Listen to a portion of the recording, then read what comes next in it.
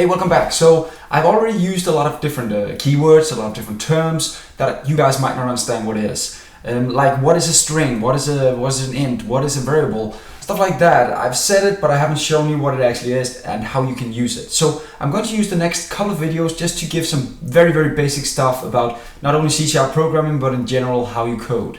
And I want to use a very, very cool site called Tutorials Teacher to show you guys some of the things in a place where you can go and read the documentation, right? Where you can go and just read it slowly. And I really like this site. I've used it a lot, and they have not only we're going to use it for C#, there's also MVC in here. There's also some link information that we'll get back to later, and I even have a link from here to some NT-framework stuff.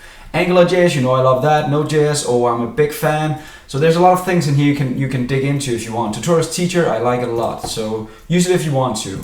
But let's start out with just discussing what is a variable. And a variable is a very, very simple thing. It's in here, you see I have variable declared called message, right? So here it says message, so that's a variable, okay? And do we have any variables in our code? Yes, we do. This is a variable. The number as a string, that's a variable. The number, that's a variable, okay? So when I use the term variable, that is what it is. And it's that simple. So we have what we call a data type, then a variable name, and then we say equals to something, right? So let's look at what Tutorial Teacher, what they say about a variable.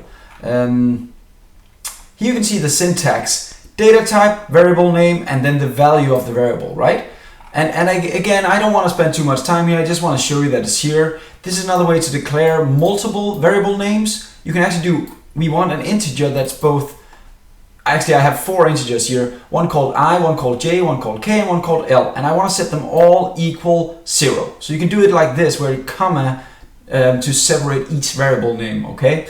And you can keep going down here. I'll get into most of this as we move forward. But I'll add the link in the bottom, and this is a good place if you want to know what is a C# variable all about. See you in the next lessons.